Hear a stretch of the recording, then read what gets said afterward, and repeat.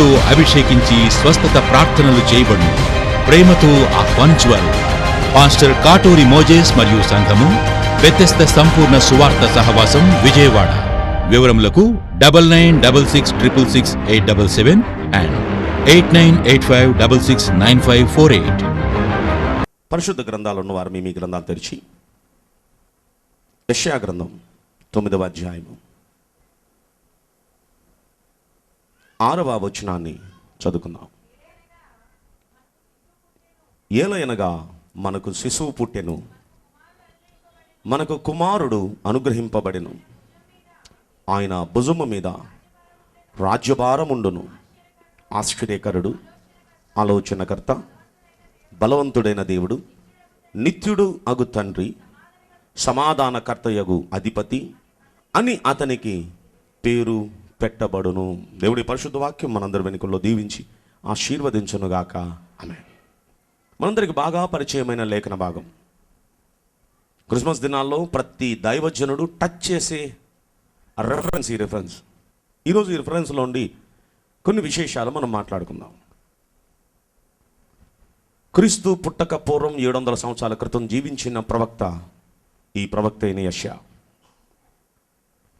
మొత్తం 17 మంది ప్రవక్తల గ్రంథాలు ఉన్నాయి బైబిల్లో.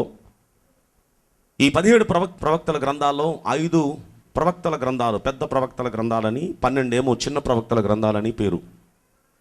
యెషయా, యిర్మీయా, విలాప వాక్యాలు, యెహెజ్కేలు, దానియేలు 5 పెద్ద ప్రవక్తల గ్రంథాలని, హోషియా, యోవేలు, ఆమోస్, ఓబద్యా, యోనా, మీకా, నహూమ్, హబక్కూక్, జెఫన్యా, హగ్గై, జకర్యా, మలాకి 12 చిన్న ప్రవక్తల గ్రంథాలని వీటికి పేరు. సరే, ఈ 17 ప్రవక్తల గ్రంథాల్లో కెల్ల టాప్ లిస్ట్లో ఉన్నది ఎవరంటే యెషయా. ఏంటండి ఈయన గ్రంథంలో అంత స్పెషాలిటీ అంటే, బైబిల్ గ్రంథం మొత్తంలో 66 పుస్తకాలు ఉంటే ఈయన రాసిన ఆ ఒక్క పుస్తకంలో 66 అధ్యాయాలు ఉన్నాయి. ఇంకా స్పెషాలిటీ చెప్తా. బైబిల్ గ్రంథం మొత్తం 66 పుస్తకాల్లో ఎంత సారాంశం ఇమిడి ఉందో ఈ ఒక్క పుస్తకం, ఈ యెషయా గ్రంథంలో అంత సారాంశం ఉంది. ఇంకో మాటలో చెప్పాలని కొంచెం ఎక్కువే ఉందని చెప్పాలి. ఆదికాండం 1వ అధ్యాయం వరకు మనకు తెలుసు. 1వ అధ్యాయం ముందు సృష్టి గురించి మనకు తెలియదు. సృష్టి రిపేర్ చేయబడిన సృష్టి ఆదికాండం 1వ అధ్యాయం. అయితే అంతకుముందు అసలైన సృష్టిని దేవుడు కలగజేశాడు. ఆ సృష్టిలో మానవుడు తప్ప మిగిలినవన్నీ ఉన్నాయి. ఆ సృష్టిలో ఆయన పిల్లలుగా దేవదూతలను దేవుడు సృష్టించుకొని వాటిని బట్టి, ఆ దేవదూతలను బట్టి ఆనందిస్తూ పరవశిస్తూ ఉండేవాడు. దేవునికే వ్యతిరేకంగా పార్టీ ఎప్పుడైతే లేవనెత్తాడో ఒక్క తన్ను అక్కడ నుండి తన్నేశాడు, కిందకి వచ్చి పడ్డాడు. ఆ తర్వాత ఈ చూస్తున్న ఆకాశం, చూస్తున్న భూమి, సృష్టి అంతా శిథిలం అయిపోయింది. శిథిలం అయిపోయిన సృష్టిని మళ్ళీ తిరిగి పునర్నిర్మించాడు. ఆ పునర్నిర్మాణం గురించి ఆదికాండం 1వ అధ్యాయంలో చూస్తాం. మరి యెషయా గ్రంథంలో ఎక్కడుందండి దాని గురించి అంటే 14వ అధ్యాయంలో మనం చూస్తే 12వ వచనం కానుండి మనం పరిశీలిస్తే అక్కడ అంతకుముందు సృష్టి ఉందని, ఆ సృష్టి అంతా పాడైపోయిందని, అప్పుడు తేజో నక్షత్రము, వేకువ చొక్క, ఇంగ్లీష్లో మార్నింగ్ స్టార్, లూసిఫర్ అని ముద్దు పేర్లు పెట్టుకొని దేవదూతలు అందరికన్నా ప్రముఖ స్థానం ఇచ్చిన వాడే ఎప్పుడైతే సైతాన్ అయ్యాడో వాడిని కిందకి తన్నేశాడు. ఆ సంగతే కిందకి మీరు చదువుకోండి. ఆ కింద మనం ఒక్కసారి పరిశీలిస్తే 17వ వచనంలో అంటాడు, భూమిని కంబింపజేసి రాజ్యములను వణికించిన వాడు ఇతడేనా, ఈ లూసిఫర్ గాడేనా? లోకమును అడవిగా చేసి దాని పట్టణంలో పాడు చేసిన వాడు ఇతడేనా? చూడండి, ఒక తన్నుదంతే మొత్తం పాడైపోయింది వాడు వచ్చి కింద పడేటప్పటికి. ఇంకో మాటలు చెప్పాలంటే యేసుక్రీస్తు జననాన్ని గురించి, యేసుక్రీస్తు జీవితాన్ని గురించి, యేసుక్రీస్తు శిలువ శ్రమలను గురించి, యేసుక్రీస్తు ప్రభు మరణాన్ని గురించి, యేసుక్రీస్తు ప్రభు పునరుత్థానాన్ని గురించి, ఆయన మరలా తన ప్రజలతో కలిసి మాట్లాడిన దాని గురించి, ఆయన పరలోకానికి వెళ్ళిన దాని గురించి, త్వరలో తిరిగి రాబోతున్న దాని గురించి, 1000 ఏళ్ల పరిపాలన గురించి ప్రకటన గ్రంథంలో కొంచెం టచ్ చేశాడు ఎలా ఉంటుందో అని. కానీ దాని గురించి బాగా వివరణ కూడా ఇచ్చేశాడండి ఇందులో. అసలు ఎలా ఉంటుంది ఆ 1000 ఏళ్ల పరిపాలన భూమి మీద పరిస్థితి అని ఒకసారి మీరు ఆలోచిస్తే, ఆదికాండానికి ముందు కూడా కొంచెం దీంట్లో టచ్ చేశాడు, ప్రకటన గ్రంథానికి తర్వాత కూడా కొంచెం టచ్ చేశాడు దీంట్లో. అంటే చెప్పండి ఇది ఎంత ప్రాముఖ్యమైన పుస్తకమో. చప్పట్లు కొట్టోసారి హ్యాట్స్ ఆఫ్ చెప్దాం యెషయా ప్రవక్తకు. హల్లెలూయా. 9వ అధ్యాయము 6వ వచనం యెషయా గ్రంథంలో మనం చూస్తే, ఏలయనగా మనకు శిశువు పుట్టెను, మనకు కుమారుడు అనుగ్రహించబడెను. సబ్జెక్ట్లోకి వెళ్ళిపోతాను డైరెక్ట్. మనకు శిశువు పుట్టడం ఏంటి, మనకు కుమారుడు అనుగ్రహించబడటం ఏంటి? ఎప్పుడన్నా ఆలోచించారా? పిల్లలు లేని వాళ్ళు ఎవరైనా ఉన్నారు ఇక్కడ? ఉన్నారు. బాధపడద్దు. పిల్లల వల్ల ఏంటి ఒరిగేది? కన్నోళ్ళని అడగండి, ఏం ఒరిగిందో వాళ్ళకి, మీకేం ఒరగలేదు. ఈ పిల్లోడు వల్ల ఒలిగిద్దండి. మనకి ఒక శిశువు పుట్టాడు, ఈయన వల్ల గ్యారంటీ ఒరిగిద్ది అందరికి. హల్లెలూయా. మనకి నిజంగా వరగేసే పిల్లోడు పుట్టాడు, ఒక శిశువు పుట్టాడు. మన కోసం పుట్టాడు, మనల్ని బ్రతికించడానికి పుట్టాడు ఆయన. హల్లెలూయా. మనకు ఒక కుమారుడు అనుగ్రహించబడ్డాడు. చూశారు మనలో కొంతమంది, మొదటి ప్రసూతి ఆడపిల్ల, రెండవది ఆడపిల్లే, మూడో ప్రసూతి ఆడపిల్లే, ఆడపిల్ల. జనమంతా అంటున్నారు ఆడపిల్లల తండ్రి, ఆడపిల్లల తల్లి అని. అయ్యో నాకు ఇక మగపిల్లలు పుట్టరాని దిగాలుగా ఉంటున్నారా? ఇదిగో ఒక కుమారుడు మీకోసం అనుగ్రహించబడ్డాడు. ఆ కుమారులు ఏం వరగారు, కానీ ఈ కుమారుడు నిజంగా వరగేస్తాడు మీకు. హల్లెలూయా. అంటే కొడుకు పుడితేనేమో బల్బు వెలిగిద్దా, కూతురు పుడితేనేమో బల్బు ఆరిపోద్దా? ఏంటి కూతురు చేసిన పాపం ఏంటి, కొడుకు చేసిన పుణ్యం ఏంటమ్మా? ఒకసారి ఆలోచించ. నీకేం తెలుసయ్యా, కొడుకు పుట్టేశాడు, కూతురు పుట్టేసింది, కాబట్టి ఆ లోటు మీకు తెలియదు అంటారా? నేను అంటాను, కొడుకు వల్ల వరగేసేది లేదు, కూతురు వల్ల వరగేయింది ఏది? కానీ ఈ కొడుకున్నాడే నిజంగా ఏమేం చేయాలో అన్నీ చేస్తాడండి. కొడుకు స్థానంలో ఉండి ఏం మీరు ఎక్స్పెక్ట్ చేస్తున్నారో మీ ఎక్స్పెక్టేషన్స్కి మించిపోయే చేస్తూ ఉంటాడు ఆయన, మించిపోయే చేస్తూ ఉంటాడు. అందుకు ఆయన కుమారుడిగా మనకు అనుగ్రహించబడ్డాడండి. హల్లెలూయా. కుమారుడు మనకు అనుగ్రహించబడ్డాడు. కుమారుడు అనే మాటను గురించి ఇంకా మనం పరిశీలిస్తే, అసలు చాలామంది కొడుకు పుట్టంగానే ఒక విధమైన పాజిటివ్ ఫీలింగు, కూతురు పెట్టగానే నెగిటివ్ ఫీలింగు. ఏంటంటే డైరెక్ట్గా చెప్పేయమంటే, కొడుకేమో తెచ్చేవాడు, కూతురేమో వీళ్ళు తెచ్చేది ఏంటి, వాళ్ళు తీసుకెళ్ళిపోయేది ఏంటి? మనలో మాట అసలు ఏముండదు అక్కడ. ఇంకో మాట, కొంచెం లోతుగా ఆలోచించే వాళ్ళు ఎవరిని ఉంటే కాస్త ఏంటండి కొడుకు పుట్టంలో ఏంటండి లాభం అంటే, వాళ్ళు అనే మాట ఏం చెప్పనా, మాకు తలగొరువు పెడతాడండి, తలగొరువు పెట్టడానికి మాకంటూ ఒక కుమారుడు. తలగొరువు పెట్టకపోతే ఏమైద్దంట, చచ్చిన తర్వాత తలగొరువు పెట్టే కొడుకు లేకపోతే నరకానికి వెళ్ళిపోతారంట. నిజాలు మాట్లాడాలి. ఈ కొడుకు తలగొరువు పెట్టకపోతే నరకానికి వెళ్ళిపోతారా? ఈ కొడుకు తలగొరువు పెడితే పరలోకం వెళ్ళిపోతాడా? నిజాల్లోకి వెళితే అసలు మన బ్రతుకులో మనం చచ్చే టయానికి మన స్థితి ఎలాగుందో, మన భక్తి ఎలాగుందో చూసి దాన్ని బట్టే పరలోకమా నరకమా డిసైడ్ అయిపోద్దండి. కొడుకులు తలగొరువు పెట్టినా పెట్టకపోయినా పరలోకం నరకం అనేది డిసైడ్ అయ్యేది ఏది? సరే, ఇంకొంచెం వాస్తవం చెప్తా. నిజంగా పరలోకం చేర్చేవాడు ఎవరైనా ఉన్నారంటే, మనల్ని పరలోకం చేర్చడానికే మనకు కుమారుడుగా అనుగ్రహించబడ్డాడు ఆయన.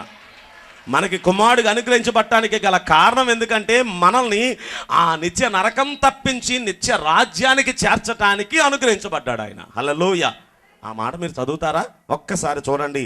యోహాన్ రాసిన మొదటి పత్రిక 5వ అధ్యాయము 11, 12 వచనాలు. దేవుడు మనకు నిత్య జీవము దయచేసెను, ఆ జీవము ఆయన కుమారుని అందు ఉన్నది. దేవుని కుమారుని అంగీకరించువాడు జీవము గలవాడు. దేవుని కుమారుని అంగీకరింపని వాడు, దేవుడు మనకు ఏమిచ్చాడండి? నిత్య జీవము దయచేశాడు. దేవుడు మనకి ఏం దయచేశాడు? నిత్య జీవము దయచేశాడు. ఇప్పుడు ఆ నిత్య జీవం ఎవరిలో ఉంది? ఆ నిత్య జీవము ఆయన కుమారుని యందు ఉంది. ఎవరిలో ఉందంట ఆ నిత్య జీవం? కుమారుని యందు ఉంది ఆ నిత్య జీవం. ఆ దేవుని కుమారుని అంగీకరింపని వాడు ఏం పొందలేదంట? జీవము గలవ. దేవుని కుమారుని అంగీకరించువాడు జీవము గలవాడు. ఆ దేవుని కుమారుని అంగీకరింపలేనివాడు జీవము లేనివాడు. అంటే ఈరోజు యేసుక్రీస్తును ఎవరు అంగీకరిస్తారో వారికి ఏముంది? నిత్య జీవం ఉంది. కుమారుని అంగీకరించని వాడికి ఏం లేదు. అంటే ఇప్పుడు నిత్య జీవం ఎవరిలో పెట్టాడు దేవుడు? అబ్బా, అంటే ఇప్పుడు ఈ కుమారుల్లో నిత్య జీవం పెట్టి మనకిచ్చాడండి. ఇక్కడ మనం పరిశీలిస్తే ఆ కుమారుని గురించి మాట్లాడుతూ అంటాడు, 2వ కీర్తన 12వ వచనం ఒక్కసారి మనం చూస్తే, కుమారుని ముద్దు పెట్టుకొనుడి అని రాయబడి ఉంది. ఏమంటే కుమారుని ఏం చేయాలంట? అలా ఇవ్వగానే స్వీకరించేసి అని ముద్దు పెట్టుకోవాలి కుమారుని. పుట్టగానే కుమారుని ఏం చేస్తారు? ఈ కుమారుని ముద్దు పెట్టుకుంటే మనం మొయ్యాలి, చిన్నప్పటి నుండి మనం మొయ్యాలి, అన్నీ మనం చెయ్యాలి. కానీ ఆ కుమారుని మనం ముద్దు పెట్టుకుంటే మనల్ని మోస్తాడు ఆయన. మనల్ని మోయటమే కాదు, మన బరువులన్నీ మోస్తాడు, మన బాధ్యతలన్నీ మోస్తాడు, మన సమస్యలన్నీ ఆయన మోస్తాడు, మనకు విశ్రాంతిని ఇస్తాడు. ఇక్కడ ఆ పని చేసి రేపొద్దున్న నీ కుమారుని అలా ముద్దు పెట్టుకోవడం ద్వారా మనకేమిస్తాడు?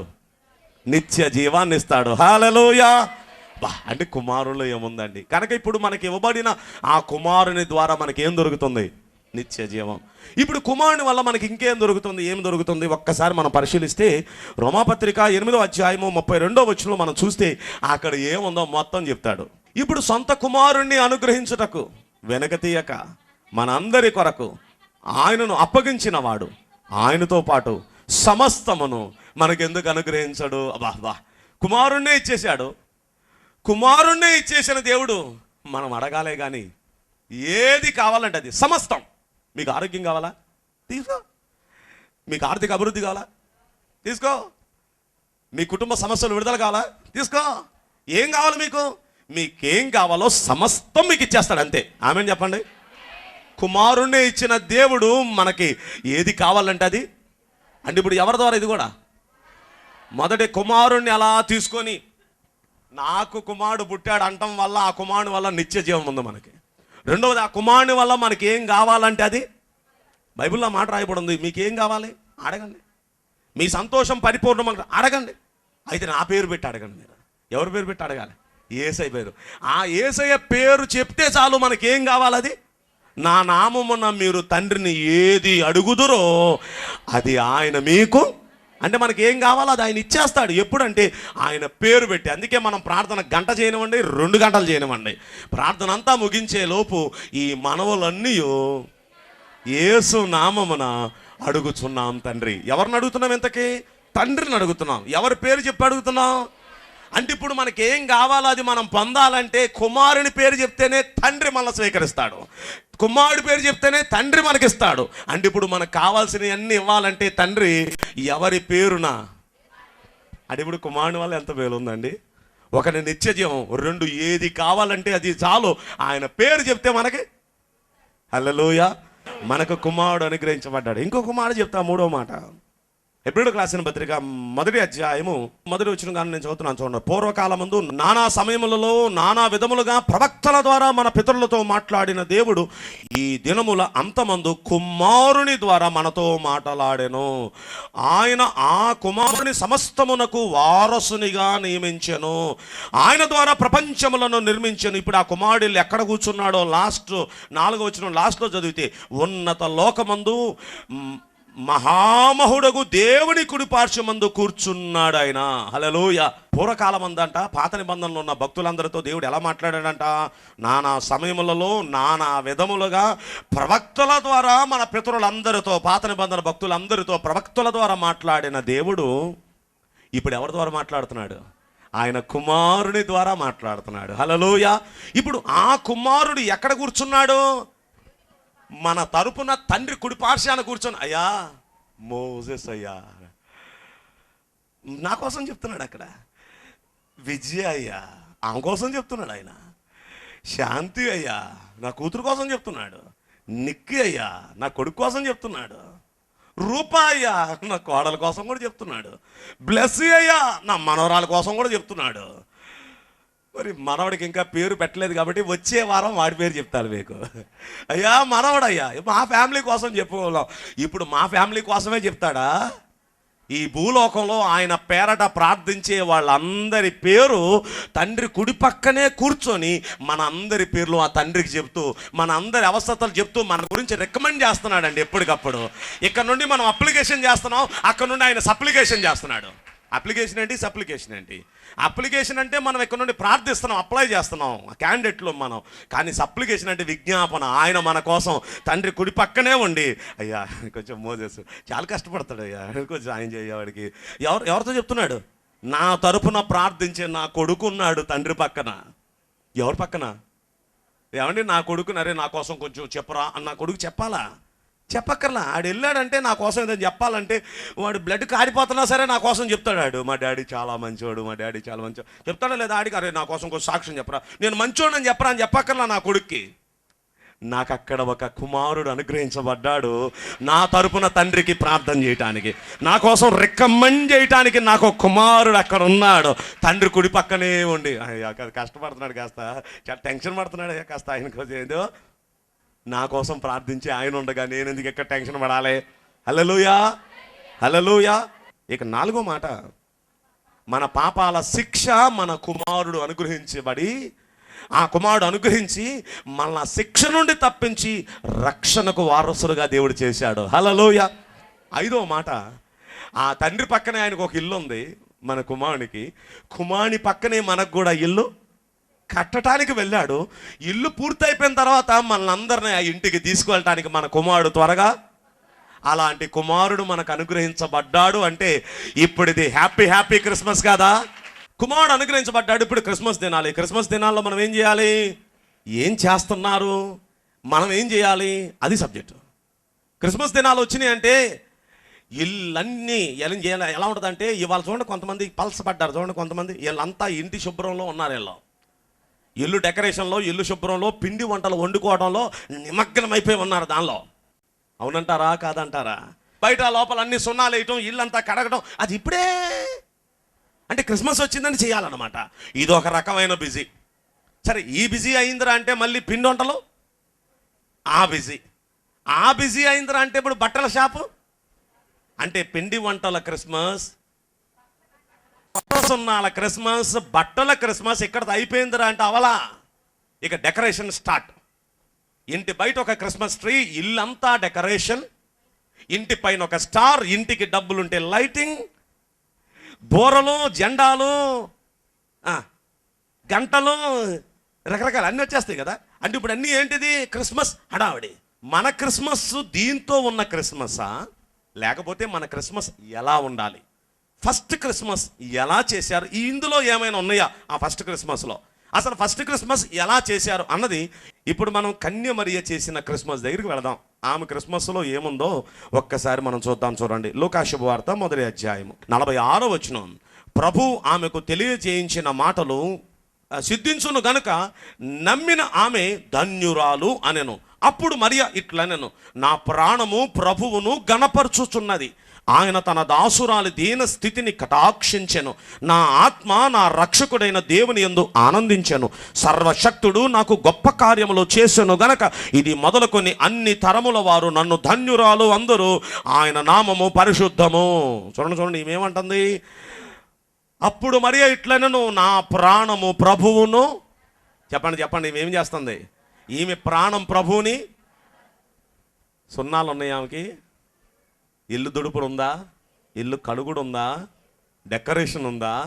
ఒంటికి ఏమైనా రకరకాల వెరైటీ డ్రెస్సులు ఉన్నాయా? పిండి వంటలు ఉన్నాయా? బిర్యానీలు ఉన్నాయా? స్టార్లు ఉన్నాయా? ఏమీ లేవు. కానీ ప్రభుని గణపరుస్తుంది ఆమె. క్రిస్మస్ అంటే క్రిస్టస్ మాసే అనే పదం నుండి, గ్రీక్ పదం నుండి వచ్చిందండి క్రిస్మస్. దాని అర్థం ఏంటో చెప్పనా? క్రీస్తును ఆరాధించుట, క్రీస్తును గణపరచుట. అది మానేస్తుంది ఈ క్రైస్తవ లోకం, మిగతా అన్నీ చేస్తుందండి. క్రిస్మస్ దినాలలో ప్రభువును ఆరాధించిన క్రిస్మస్, ప్రభువుని గణపరచని క్రిస్మస్, అదొక క్రిస్మస్సా? ఎందుకీ మన ఇళ్లలో జరుగుతుంది అది ఏ క్రిస్మస్? ఒకసారి ఆలోచించండి. క్రీస్తును గణపరిచే వారు ఎక్కడుంటారో అక్కడ క్రీస్తు ఉంటాడండి. క్రీస్తును కలిగిన క్రిస్మస్గా ఈ క్రిస్మస్ మనం ఆచరిద్దాం. హల్లెలూయా. ఇప్పుడు చూడండి, ఆమె క్రిస్మస్ ఎందుకంటే రియల్ క్రిస్మస్ అయింది, ఆమె ప్రభువును గణపరుస్తుంది. ఈరోజు మనం కూడా మన క్రిస్మస్ రియల్ క్రిస్మస్ కావాలంటే, రియల్ క్రిస్మస్ కాకుండా రియల్ క్రిస్మస్ కావాలంటే, రియల్ క్రిస్మస్ ఏంటి, రియల్ క్రిస్మస్ ఏంటి? రియల్ అంటే సినిమా అన్నమాట. సినిమా రకం క్రిస్మస్ కాకుండా నిజమైన క్రిస్మస్ మనం చూడాలి అంటే మన క్రిస్మస్లో ప్రభు ఉండాలి. ప్రభు ఉండాలంటే మన క్రిస్మస్ దినాల్లో మనం ఏం చేయాలి? ఇంతకు ముందు ప్రభుని గణపరిచిన దానికన్నా, ప్రభుని స్తుతించిన దానికన్నా ఈ క్రిస్మస్ దినాల్లో మరి ఎక్కువ ప్రభుని స్తుతించండి. ఏ ఇంట్లో స్తుతి స్తోత్రాలు ఉంటాయో ఆ ఇంట్లోకి ఆయన దిగొస్తారండి. హల్లెలూయా. నేను అనేది ప్రభువుని స్తుతించే కుటుంబాలుగా ఈ క్రిస్మస్ దినాల్లో మనందరి కుటుంబాలు ఉండాలి. ప్రభువుని గణపరిచే కుటుంబాలుగా మన కుటుంబాలు ఉండాలి. కాబట్టి మన సంఘ బిడ్డలంతా, మీరంతా ఈ క్రిస్మస్ దినాల్లో మరెక్కువ స్తుతించండి. డెకరేషన్స్ లేకపోయినా పర్లేదు, సున్నాలు లేకపోయినా పర్లేదు, కొత్త బట్టలు లేకపోయినా పర్లేదు, పిండి వంటలు లేకపోయినా పర్లేదు, ఇవేమీ లేకపోయినా పర్లేదు, ప్రభుని స్తుతించండి, ప్రభుని గణపరచండి. అలా ప్రభుని గణపరిస్తే ఆ ప్రభు దిగొస్తాడు మీ ఇంట్లోకి. ప్రభు దిగొచ్చాడో మీ ఇంట్లోని ఒక స్వర్గాన్ని ఎంజాయ్ చేస్తారు. మీ ఇంట్లో ఉన్న సమస్యలను తొలగించేస్తాడు, మీకున్న వ్యాధులు తొలగించేస్తాడు, మీకున్న ప్రతి ఆర్థిక ఇబ్బందులు తొలగించేస్తాడు, మీకున్న అప్పులు తొలగించేస్తాడు, మీ జీవితంలో ఆనందం, సంతోషం ఆయన అనుగ్రహిస్తాడు. హల్లెలూయా. ప్రభు మీ ఇంట్లోకి క్రిస్మస్ దినాల్లో దిగివచ్చునుగాక. ఆమేన్ చెప్పండి. ఆయన దిగి రావాలంటే మన ఇంట్లో ఎలాంటి క్రిస్మస్ జరగాలి? నిజమైన క్రిస్మస్. ఆయన జరగాలంటే ఆయన రావాలంటే ఏం చేయాలి? ఆమె ప్రభుని గణపరుస్తుంది. ఎలా గణపరుస్తుందో చూడండి. ఆమె ప్రాణం ప్రభుని గణపరుస్తుంది. అక్కడ అంటుంది, నా తన దాసురాలి దీన స్థితి ఆయన కటాక్షించాడు. నా రక్షకుడు అంటుందో చూడండి. సర్వశక్తిమంతుడు అంటుందో చూడండి. అందు మాత్రమే కాదు, ఆయన పరిశుద్ధుడు అంటుంది. అంటే ఆయన నామాన్ని గణపరుస్తుందండి. అక్కడ ఆయన నామాన్ని గణపరుస్తుంది. కాబట్టి ఈ క్రిస్మస్ దినాల్లో మరి ఎక్కువ ప్రభుని గణపరుద్దాం. కన్య మరియనా ఆయన్ని గణపరిచేది? ఇంకెవరైనా గణపరుస్తున్నారా అంటే దేవదూతలు కూడా ప్రభుని గణపరుస్తున్నారండి క్రిస్మస్ దినాల్లో. ఫస్ట్ క్రిస్మస్ మెసేజ్ చెప్పింది ఎవరు అంటే దేవదూతలే. దేవదూతలు గాబ్రియేలు దూత భూమి మీదకి వచ్చి ఆ భూమి మీద గొర్రెల కాపరులకి క్రిస్మస్ మెసేజ్ ఇచ్చి, ఏంటా క్రిస్మస్ మెసేజ్? భయపడద్దు, ఇదిగో ప్రజలందరికీ కలగబో మహా సంతోషకరమైన సువర్తమానం నేను మీకు తెలియజేస్తున్నాను. దావీదు పట్టణమందు నేడు రక్షకుడు మీ కొరకు పుట్టి ఉన్నాడు. ఈ మెసేజ్ గొర్రెల కాపరులకి దేవదూత చెప్పి, అప్పుడు ఈ భూమి మీద నిలబడి క్రిస్మస్ పాట పాడుతూ దేవుణ్ణి స్తుతించడం గాబ్రియేలు దూత ఆరంభిస్తే అక్కడ రాయబడి ఉంది 13వ వచనం చూడండి. వెంటనే పరలోక సైన్య సమూహం ఆ దూతతో కూడా ఉండి, సర్వోన్నతమైన స్థలములలో దేవునికి మహిమయు ఆయనకి ఇష్టులైన మనుషులకు భూమి మీద సమాధానము కలుగును గాక అని దేవుని చెప్పాలి. దేవుని స్తోత్రము చేయుచుండెను. అంటే దేవదూతలు ఇప్పుడు కిందకు ఒక దూత వచ్చి భూమి మీద నిలబడి స్వరమెత్తి సర్వోన్నతమైన స్థలములలో దేవునికి మహిమ అంటూ ఆ దేవుని మహింపరుస్తుండే పరలోకంలో ఉన్న దేవదూతలంతా కూడా ఈ దూతతో కూడా కలిసి అందరూ అటు పరలోకం భూలోకం కలిసి దేవుణ్ణి స్తుతిస్తున్నారండి క్రిస్మస్ దినాల్లో. హల్లెలూయా. నీవు నీ ఇంటిలో మోకాల్లోని దేవుణ్ణి స్తుతిస్తూ ఉంటే నీతో పాటు పరలోకం కూడా ఏకీభవిస్తుంది. పరలోకం దిగొస్తుంది నీ ఇంట్లోకి. నీ ఇంట్లో ఒక పరలోక ఆనందాన్ని అనుభవిస్తావు. హల్లెలూయా. అంటే పరలోకం ఇంట్లోకి దిగి రావాలంటే, పరలోక అనుభూతిని నీ ఇంట్లో నువ్వు అనుభవించాలంటే, మన ఇంట్లో నేను ఇందాక చెప్పిన వేస్ట్ అంతా లేకపోయినా పర్వాలేదు, నా దృష్టిలో అదంతా వేస్టే. నా దృష్టిలో విలువైంది ఏంట్రా అంటే ప్రభువుని స్తుతించడం. అదే ఈవెన్ నా దృష్టిలో కాదు, నా యేసయ్య దృష్టిలో ఏ ఇంట్లోకి ఆయన వస్తాడంటే, ఏ ఇంట్లో స్తుతించే వారు ఉన్నారో, ఏ ఇంట్లో ఆయన నామాన్ని ఘనపరచబడుతుందో, ఏ ఇంట్లో ఆయన్ని స్తుతించే ప్రజలు ఉన్నారో అక్కడికి ఆయన దిగొస్తాడు. అక్కడికి పరలోకం కూడా దిగొస్తుంది. పరలోకం భూలోకం ఏకమైపోయిందండి ఆ క్రిస్మస్లో. ఈ క్రిస్మస్లో మీ ఇంట్లో పరలోకం భూలోకం ఏకం అవ్వాలి. మీ ఇల్లు ఒక పరలోకంగా ఎంజాయ్ చేయాలి మీరు. హల్లెలూయా. ఎందరు కోరుకున్నారు నా ఇంట్లో ఒక పరలోకం ఎంజాయ్ చేయాలని? ఈ క్రిస్మస్ దినాల్లో ఒక పరలోకం, ఒక హెవెన్ నేను ఎంజాయ్ చేయాలి నా ఇంట్లో. ఆమేన్. మీరు విశ్వసించిన ప్రకారం, మీరు కోరుకున్న ప్రకారం మీరు అనుభవించుదురుగాక. ఆమేన్ చెప్పండి. ఇక మూడో సంగతి చెప్తాను చూడండి. కాస్త ముందుకెళ్తే గొర్రెల కాపర్లకి ఆ ఇన్ఫర్మేషన్ వినిన తర్వాత వాళ్ళు కూడా వచ్చారండి. వారు వెంటనే ఒకరినొకరు పురుగొల్పుకొని, అరే రండిరా చూద్దాం యేసేనని గబగబ వచ్చారండి. యేసేను కనుగొన్నారండి, ఆయన ఆరాధించారండి, సంతోషించారండి. ఇప్పుడు వారు మరి ఏమైనా తీసుకొచ్చారో ఏమైనా ఇచ్చారో లేదో సంగతి అక్కడ రాయబడలేదు. కానీ ఇప్పుడు అక్కడ నుండి ఏం చేశారో 20 వచనం నేను చదువుతున్నాను చూడండి. అంతటా ఆ గొర్రెల కాపర్లు తమతో చెప్పబడినట్టుగా తాము విన్న వాటిని కన్న వాటిని గూర్చి దేవుని మహిమపరచుచు స్తోత్రము చేయుచు తిరిగి వెళ్ళిరి. అంటే వీరి క్రిస్మస్లో కూడా ఏముంది? దేవుని మహిమ ఉంది, దేవుని స్తోత్రం. ఇందాక నేను చెప్పిన ఏం లేవా ఇలా ముగ్గురు దగ్గర? ఏం లేవు. అవి ఏం లేవు. ఉండాల్సింది ఉంది, అనవసరమైనవన్నీ లేవు వాళ్ళ దగ్గర. మరి మన దగ్గర అనవసరమైనవి ఉన్నాయి, కానీ ఉండాల్సిన అసలైంది ఇక్కడ చూడండి.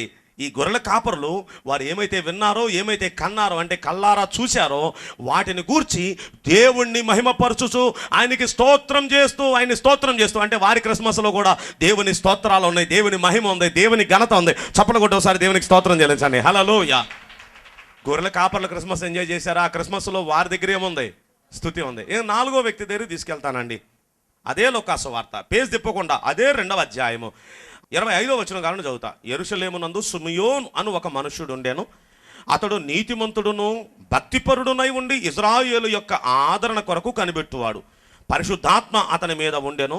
అతడు ప్రభు యొక్క క్రీస్తును చూడక మునుపు మరణము పొందడు అని అతనికి పరిశుద్ధాత్మ చేత బయలుపరచబడి ఉండెను. ఆత్మవశుడై అతడు దేవాలయములోనికి వచ్చాను. అంతటా ధర్మశాస్త్ర పద్ధతి చొప్పున ఆయన విషయమై జరిగించుటకు తల్లిదండ్రులు శిశువైన యేసును దేవాలయంలోనికి తీసుకొని వచ్చినప్పుడు అతడు తన చేతులలో ఆయనను ఎత్తుకొని ముద్దాడి లాలిపాట పాడి, ఏం లేవా? చేతులతో ఎత్తుకోగానే చేసేది పని ఇది కదా మనం. కానీ ఆయన ఏం చేశాడు చూడండి, అంత సీనియర్ మోస్ట్ పాస్టర్, ధర్మశాస్త్ర పద్ధతి చొప్పున యేసుక్రీస్తును ప్రథమ పుత్రుడు కాబట్టి ఆయన దేవునికి ప్రతిష్ఠించడానికి తీసుకొని వచ్చారండి దేవాలయంలోకి. ఇప్పుడు దేవాలయం తీసుకొని వచ్చి ఆ సిమియోన్ గారు సీనియర్ పాస్టర్ గారు చేతుల్లో పెట్టారండి. ఆయన అలా చేతుల్లో తీసుకోగానే ఆ టచ్, ఆ స్పర్శ తగలంగానే ఈయన ప్రవక్త ప్రవచించి ఆయన దేవుని స్తుతించడం ప్రారంభించాడు. ఏమని చూడండి, అలా చేతుల్లోనికి తీసుకొని అతడు తన చేతులతో ఆయనను ఎత్తుకొని దేవుని స్తుతించుచు ఇట్లా నన్ను, నాదా ఇప్పుడు నీ మాట చెప్పున సమాధానముతో నీ దాసుని పోనిచ్చుచున్నావు. అంటే ఇక పోయినా పర్లేదయ్యా, సమాధానంగా చూడాల్సింది కళ్ళారా చూశానయ్యా, ఇప్పుడు నీ దాసుని పోయినా పర్లేదు, నేను పోనిస్తున్నానయ్యా అంటూ ఏమంటాడు చూడండి, అన్యజనులకు నిన్ను బయలుపరచుటకు వెలుగుగాను నీ ప్రజలైన ఇశ్రాయేలీయులకు మహిమగాను నీవు సకల ప్రజలు ఎదుట సిద్ధపరిచిన నీ రక్షణను నేను కన్నులారా రక్షణను చూచారు. రక్షకుడు చూచాడు, ఏమంటున్నాడంటే రక్షణను చూచాను కన్నులారా. చచ్చిపోయిన పర్లేదు, ఇక నేను రక్షకుని ఎత్తుకొని ప్రవచిస్తున్నాడు. ఆయన ప్రవచిస్తూ ఏమంటాడు, ముందు దేవుణ్ణి నేను అంటాను, అంతా ఇన్సిడెంట్ అంతా రాయటానికి అంత టైం ఎక్కడ ఉండదండి. ఎంతసేపు స్తుతించాడో, ఆయన ఆత్మలో ఎంతసేపు ఆనందించాడో, ఆయన దేవుని స్తుతించేశాడండి. అంటే సీనియర్ మోస్ట్ పాస్టర్ గారు ఆ క్రిస్మస్ దినాన్న అలా చేతుల్లో పట్టుకొని ఏం చేశాడు, ఆయన దగ్గర నేను ఇందాక చెప్పిన వేస్ట్ ఏమైనా ఉందా, డెకరేషన్లకి ఏం లేవు, కానీ ఆయన దగ్గర కూడా ఏముంది, స్తుతి ఏముంది, దేవుని స్తుతి ఏముంది. వాళ్ళ దగ్గర ఏం లేదు, ఈ పిండి వంటలు లేవు, డెకరేషన్ లేవు, సున్నాలు లేవు, కొత్త బట్టలు లేవు. ఇప్పుడు మన కళ్ళకు కనపడే ఇవేమి ఈ దిన సోకాల్డ్ క్రిస్టియన్స్ అన్ని చేసేవి ఏమి ఆమె దగ్గర, వీళ్ళ దగ్గర.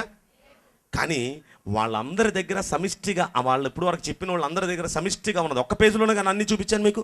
వాళ్ళందరి దగ్గర ఉన్నది ఏంటండి, దేవుని స్తుతి, దేవుని స్తోత్రం. ఈరోజు ఉండాల్సిన అసలైంది మీ దగ్గర ఉందా, లేకపోతే మిగిలిన ఉన్నాయి ఆ ఒక్కటే లేదండి అంటారా? ఆ ఒక్కటే మీ ఇంటిని స్వర్గంగా మార్చగలదు. ఆ ఒక్కటే మీ జీవితంలో మీరు అసలైన శిస్సులైన ఆశీర్వాదం పొందినట్లుగా చేయగలదు. హల్లెలూయా. ఆ స్తుతి స్తోత్రాలతో మన ఇల్లు నిండునుగాక, మన ఇల్లు పండునుగాక, మన గృహాల్లో సంపూర్ణ సంతోషం ఆనందం మనం అనుభవించుదుగాక, మన గృహాలు ఒక స్వర్గసీమను తలపించునుగాక, మన గృహాలే ఒక క్రిస్మస్ ఆనందంతో నిండునుగాక. హల్లెలూయా. అలా జరగాలంటే ఈ సంవత్సరం క్రిస్మస్కి మన ఇల్లంతా దేంతో నిండిపోవాలి, స్తుతితో, స్తోత్రంతో, ఆయన పొగడ్తలతో, ఆయన మహిమతో. ఇక మనం ఎటు వెళ్ళినా ఎవరి గురించి మాట్లాడదాం, ఇంట్లో ఉంటే ఎవరి గురించి మాట్లాడదాం, మందిరంలోకి వస్తే ఎవరి గురించి మాట్లాడదాం, రోడ్డు మీద ఇద్దరు కలిసి నడుచుకుంటూ వెళ్తుంటే ఎవరి గురించి మాట్లాడదాం. ఆయన స్తుతి, ఆయన స్తోత్రం, ఆయన ధ్యాసతో మనం నిండిపోతే ఈ క్రిస్మస్ దినాల్లో నిజంగా చెప్తున్నాను, ఒక పరలోకాన్ని మీరు ఫీల్ కాబోతున్నారు. అలాంటి ఆ స్వర్గ ఆనందం మీ అందరి కుటుంబాల్లో దేవుడు అనుగ్రహించాలని మనస్ఫూర్తిగా మీ దైవజనుడిగా నేను కోరుకుంటూ ఈ కొద్ది మాటలు ముగిస్తున్నాను. దేవుడు మనందరి వెనుకల్లో ఈ మాటలు ఫలింపజేసి ఆశీర్వదించునుగాక. మా బెతెస్దా సంపూర్ణ సువార్త సహవాసం ద్వారా జరుగుతున్న ఆరాధనలకు మిమ్మల్ని ప్రేమపూర్వకంగా ఆహ్వానించుచున్నాము. మా మొదటి ఆరాధన విజయవాడ చిట్టినగర్ కలరా హాస్పిటల్ ఎదురుగా గల అప్పిగట్ల జోసఫ్ గారు, మార్తమ్మ గారి యొక్క స్కూల్ ఆవరణములలో ప్రతి ఆదివారం ఉదయం 8 గంటల నుండి 10 గంటల వరకు ఆరాధన జరుగును. మా రెండవ ఆరాధన విజయవాడ కృష్ణలంక ఫైర్ స్టేషన్ ఎదురు డౌన్లో పెద్దివారి వీధిలో గల బెతెస్దా మందిరములో ఆదివారం ఉదయం 10 గంటల నుండి 1 గంట వరకు జరుగును. మా మూడవ ఆరాధన విజయవాడ పటమట డొంక రోడ్లో గల ఆశా ఫంక్షన్ హాల్ నందు సాయంత్రం 6:30 గంటల నుండి 8:30 గంటల వరకు జరుగును. మీరు ఏ మందిరానికి వెళ్ళని వారైతే మా మందిరానికి ప్రేమపూర్వకంగా మిమ్మల్ని ఆహ్వానించున్నాము. మా సహవాసం ద్వారా సిద్ధపరిచిన సీడీలు నన్ను రక్షించిన యేసయ్య, నన్ను ఆదరించిన యేసయ్య, నన్ను ప్రేమించిన యేసయ్య మరియు మా పుస్తకంలో పరిశుద్ధ గ్రంథంలోని కొన్ని ప్రాముఖ్యమైన విషయాలు, బాప్తిసం పొందిన ప్రతి వ్యక్తి తప్పనిసరిగా పాటించవలసిన కొన్ని నియమాలు, యేసయ్య మన కోసం ఏం చేశారు, మనకు మాదిరి చూపించిన యేసయ్య, బైబిల్ నందు ప్రతి క్రైస్తవుడు తెలుసుకోవాల్సిన కొన్ని ప్రాముఖ్యమైన విషయాలు, దేవుని ఎలా ఆరాధించాలి అనే ఈ పుస్తకములు సిద్ధంగా ఉన్నాయి. కావాల్సిన వారు మమ్మల్ని సంప్రదించండి. మమ్మల్ని సంప్రదించవలసిన మా ఫోన్ నెంబర్స్ 9966666877 8985669548.